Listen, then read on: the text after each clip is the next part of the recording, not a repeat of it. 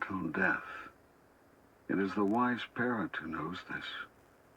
Yet the parent never stops caring about the outcome. It is this dichotomy, not caring deeply about the process, but caring deeply about the result, that comes close to describing the dichotomy of God. Yet God, in a sense, does not even care about the outcome, not the ultimate outcome. This is because the ultimate outcome is assured. And this is the second great illusion of man, that the outcome of life is in doubt. It is this doubt about ultimate outcome that has created your greatest enemy, which is fear. For if you doubt outcome, then you must doubt Creator. You must doubt God. And if you doubt God, you must live in fear and guilt all your life. If you doubt God's intentions, God's ability to produce this ultimate result, then how can you ever relax? How can you ever truly find peace? Yet God has full power to match intentions with results. You cannot and will not believe in this, even though you claim that God is all-powerful. And so you have to create in your imagination a power equal to God, in order that you may find a way for God's will to be thwarted. So you have created in your mythology the being you called Devil. You have even imagined a God at war with this being, thinking that God solves problems the way you do. Finally, you have actually imagined that God could lose this war. All of this violates everything you say you know about God, but this doesn't matter. You live your illusion, and thus feel your fear, all out of your decision to doubt God. But what if you made a new decision? What then would be the result? I tell you this, you would live as the Buddha did, as Jesus did, as did every saint you have ever idolized. Yet, as with most of these saints, people would not understand you. And when you tried to explain your sense of peace, your joy in life, your inner ecstasy, they would listen to your words but not hear them. They would try to repeat your words, but would add to them. They would wonder how you could have what they cannot find. And then they would grow jealous. Soon jealousy would turn to rage, and in their anger they would try to convince you that it is you who do not understand God. And if they were unsuccessful at tearing you from your joy, they would seek to harm you. So enormous would be their rage. And when you told them it does not matter, that even death cannot interrupt your joy nor change your truth, they would surely kill you. Then, when they saw the peace with which you accepted death,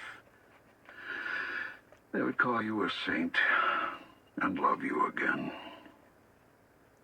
For it is the nature of people to love, then destroy, then love again that which they value most. But why?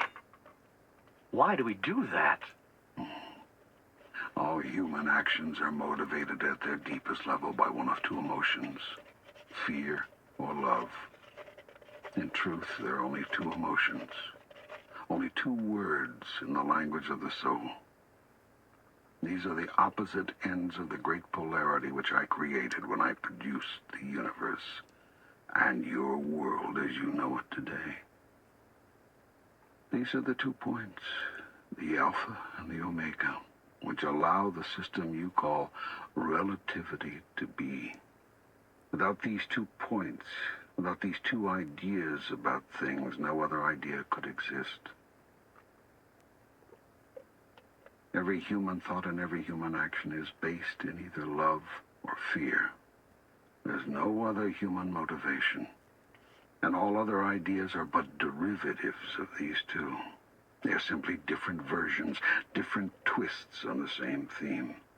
Think on this deeply, and you will see that it is true.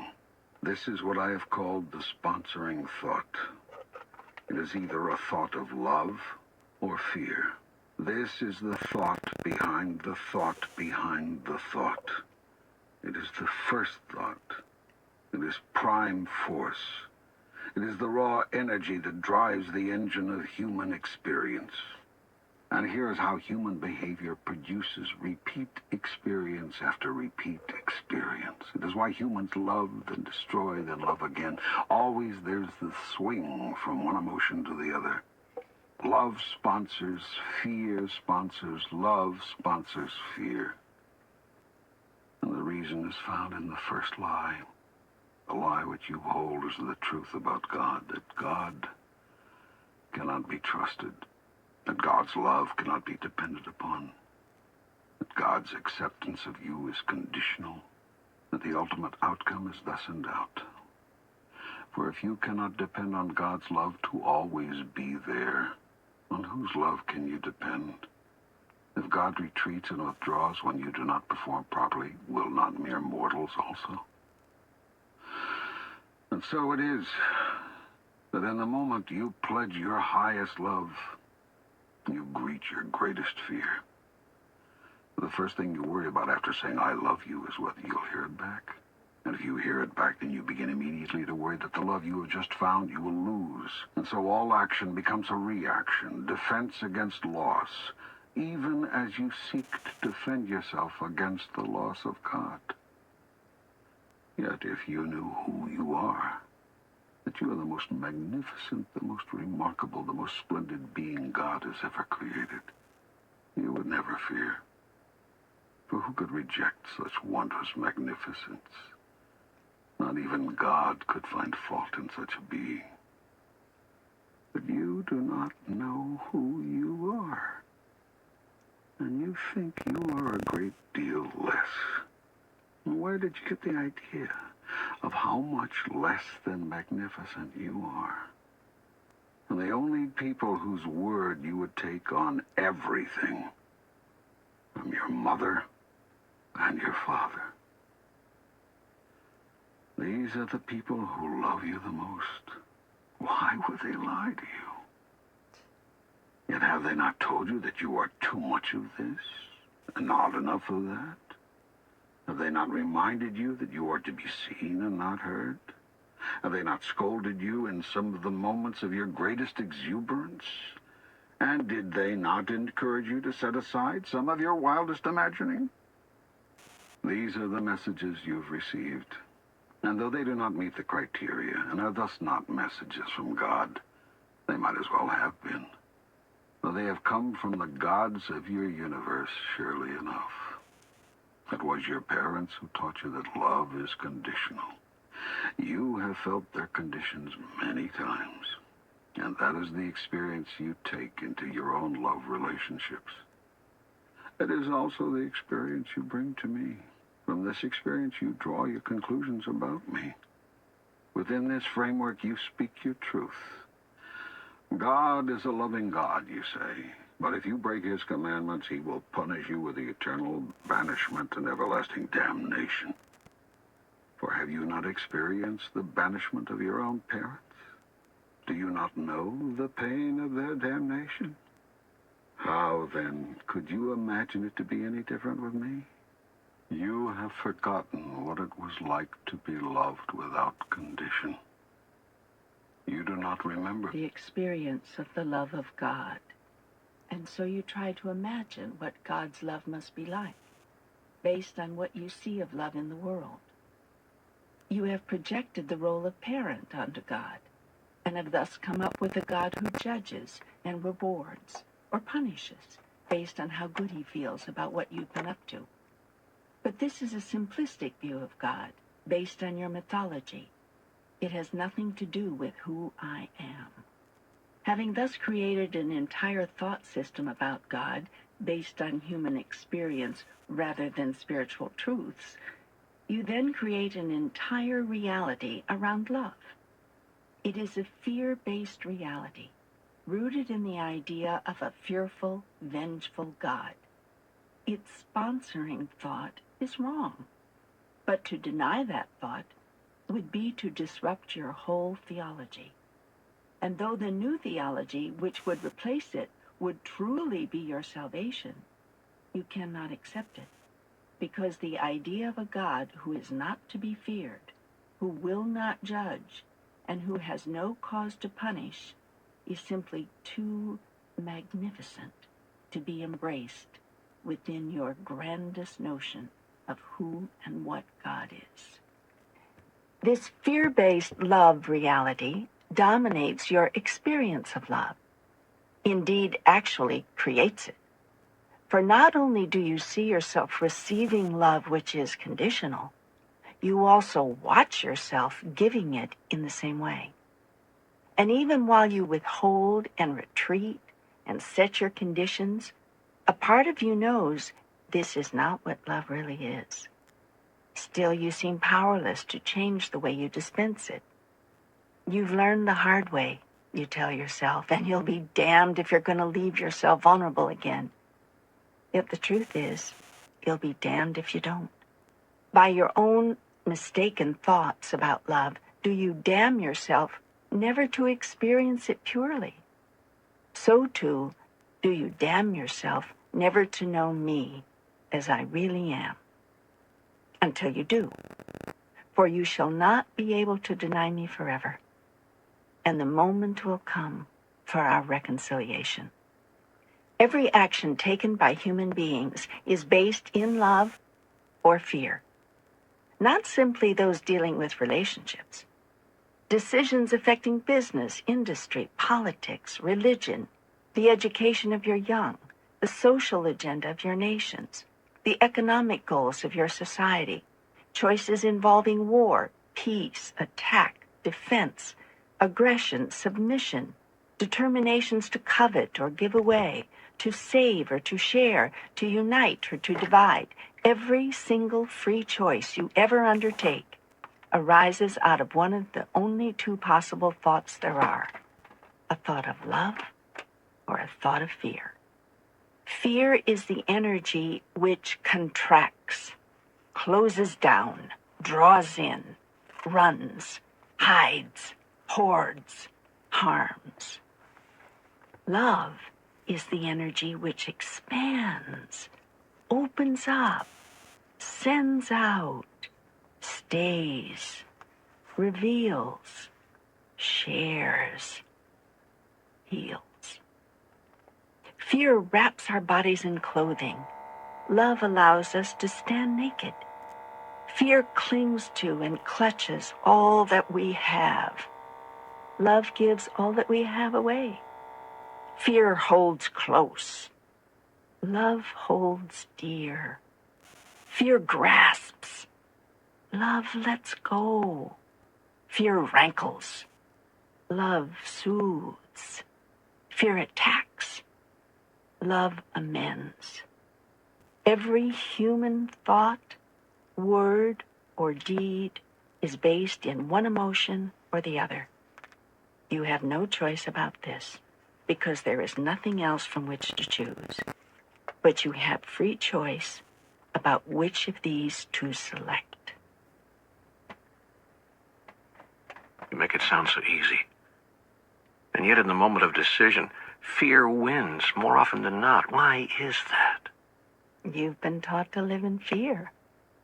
You have been told about the survival of the fittest, and the victory of the strongest, and the success of the cleverest. Precious little is said about the glory of the most loving. And so you strive to be the fittest, the strongest, the cleverest, in one way or another. And if you see yourself as something less than this in any situation, you fear loss, for you've been told that to be less is to lose. And so, of course, you choose the action fear sponsors, for that is what you've been taught. Yet I teach you this. When you choose the action love sponsors, then you will do more than survive. Then you will do more than win. Then you will do more than succeed. Then will you experience the full glory of who you really are and who you can be. To do this, you must turn aside the teachings of your well-meaning but misinformed worldly tutors and hear the teachings of those whose wisdom comes from another source. There are many such teachers among you, as always there have been, for I will not leave you without those who would show you, teach you, guide you, and remind you of these truths. Yet the greatest reminder is not anyone outside you, but the voice within you. This is the first tool that I use because it is the most accessible. The voice within is the loudest voice with which I speak because it is the closest to you. It is the voice which tells you whether everything else is true or false, right or wrong, good or bad, as you have defined it. It is the radar that sets the course, steers the ship, guides the journey, if you but let it. It is the voice which tells you right now whether the very words you are listening to are words of love or words of fear. By this measure can you determine whether they are words to heed or words to ignore. You said that when I always choose the action that love sponsors, then I will experience the full glory of who I am and who I can be. Will you expand on this, please? There is only one purpose for all of life, and that is for you and all that lives to experience fullest glory. Everything else you say, think, or do is attendant to that function. There is nothing else for your soul to do, and nothing else your soul wants to do. The wonder of this purpose is that it is never ending. An ending is a limitation, and God's purpose is without such a boundary. Should there come a moment in which you experience yourself in your fullest glory, you will in that instant imagine an ever greater glory to fulfill. The more you are, the more you can become. And the more you can become, the more you can yet be. The deepest secret is that life is not a process of discovery, but a process of creation. You are not discovering yourself, but creating yourself anew. Seek, therefore, not to find out who you are. Seek to determine who you want to be. There are those who say that life is a school, that we are here to learn specific lessons, that once we graduate, we can go on to larger pursuits, no longer shackled by the body. Is this correct? It is another part of your mythology based on human experience. Life is not a school? Nope. We're not here to learn lessons? Nope. Well, then why are we here? To remember and recreate who you are. I've told you over and over again, you do not believe me. Yet that is well as it should be. For truly, if you do not create yourself as who you are, that you cannot be. Okay, all right, you've lost me. Let's go back to this school bit. I've heard teacher after teacher tell us that life is a school. I'm frankly shocked to hear you deny that.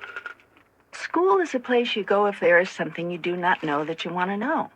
It is not a place you go if you already know a thing and simply want to experience your knowingness.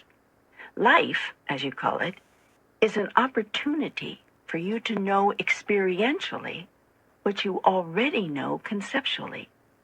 You need learn nothing to do this. You need merely remember what you already know and act on it. I'm not sure I understand. Let's start here. The soul, your soul, knows all there is to know all the time. There's nothing hidden to it, nothing unknown, yet knowing is not enough. The soul seeks to experience. You can know yourself to be generous, but unless you do something which displays generosity, you have nothing but a concept. You can know yourself to be kind, but unless you do someone a kindness, you have nothing but an idea about yourself. It is your soul's only desire to turn its grandest concept about itself into its greatest experience. Until concept becomes experience, all there is speculation.